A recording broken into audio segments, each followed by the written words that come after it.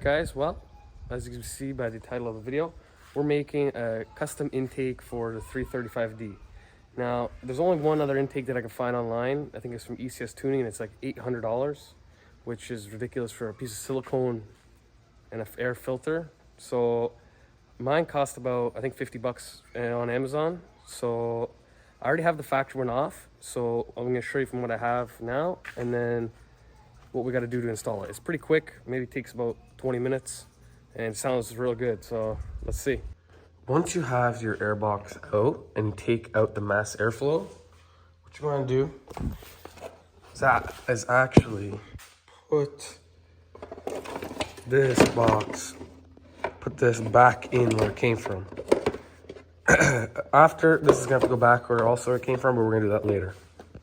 Next thing we got is a 3-inch to a 3.5-inch 90 degree. Now this thing is way too big. We're gonna have to cut it down like here and here. This is what I could find for cheap on Amazon. So it's gonna go like this and hold our cone. That's why we're gonna have to need it much smaller. So I'm gonna cut it down and see how it fits. All right, sorry to just jump in the video, guys, but I got the pipe cut. This is what I need. I got my clamp on here. I have the whole intake air duct out of my way. It gives easy access. You're gonna wanna slip this on here and just make sure that you have a good fit on there. You don't want, you definitely don't want it to be loose. You clamp it on down here. We're gonna wanna take this apart. So that just pops off there. We don't need that anymore. We gotta take out these two torque screws. We do need the mass airflow, and we do not need the top cover.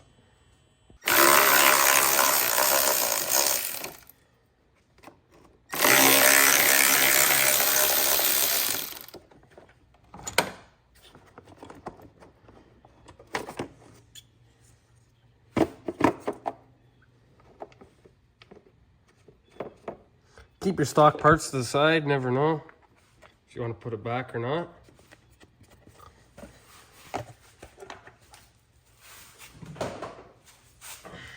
Okay, you're gonna want to pay attention to the airflow, and you also want to make sure that this isn't straight up or else it's gonna hit your hood. You have to make sure you have it on an angle like this. So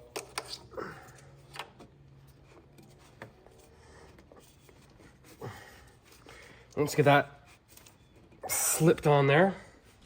That's when you're going to get your intake. Now on Amazon, I just got the adjustable one, 3, 3.5, and 4.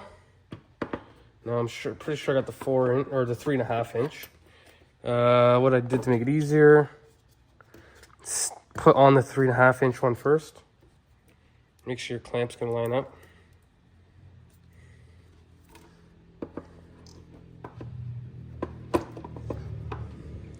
Boom! Just like that, you're good. You know, this is gonna be able to plug in without interfering. So now what you're gonna wanna do is, I forgot to put my clamp on here. Just put a clamp, tighten the clamp down here, plug in your mass airflow, and then hook in your cold air duct, because that's gonna pull the air in and shoot it up into your air filter so it's not a hot air intake. Now, it came with these clamps. They're pretty decent. Like I said, this intake was really my only option because I was not spending $800 on an intake. To me, that is just insane. I would never spend $800 on that. This is all it is. It's literally this, and then it has the chute. But I'm already putting one in anyway with the scoops.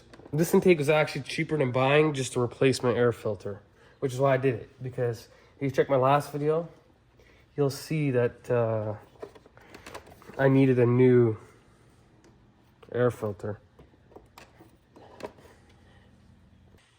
I broke the nut that came with it, so I just had to put in a regular nut, which works just fine. You really want to make sure you don't have any air leaks on this side of the mass airflow sensor, or else you'll probably be getting a codes something like that. Now you're gonna want to tighten up this. Last thing I gotta do is tighten this one down here. And I just gotta tighten these bolts up.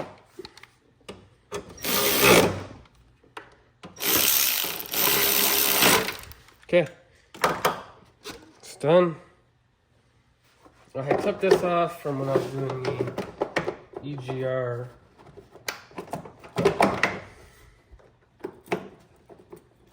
You don't need to have this off. You do gonna want the other piece off though. That gives you a lot more room to work with. Boom. There you go. Air filter is fully done. And functional. One other thing that I forgot to mention is I do have the scoops in the grills. Now they actually make more of a difference than you would think. So the air goes through the scoops, through here. This is all a closed box, so the air comes in, down, and then it comes in right here, which lets cold air into the intake box, which is why I left the factory box, because it blocks the heat from both the turbos and the exhaust, and then it brings the cold air in. Now, if I didn't have this duct, well, then we'd just be sucking, and I didn't have this box, we'd just be sucking in all the hot air. But since I did it this way, you're definitely getting cold air. All right, I've never done this before, but I'm gonna try and put the microphone on the intake, so that way you guys can hear what it sounds like. Now, I don't know if it's gonna work or not, but I guess we're gonna find out.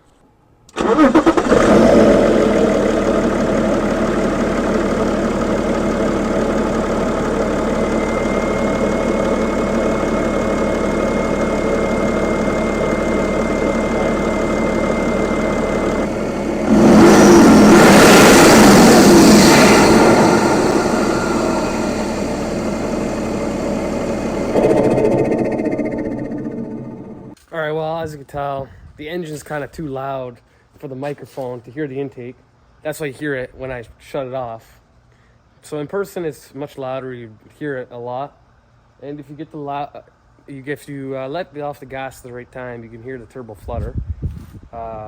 If not, you still hear the blow off. So sounds good in my opinion.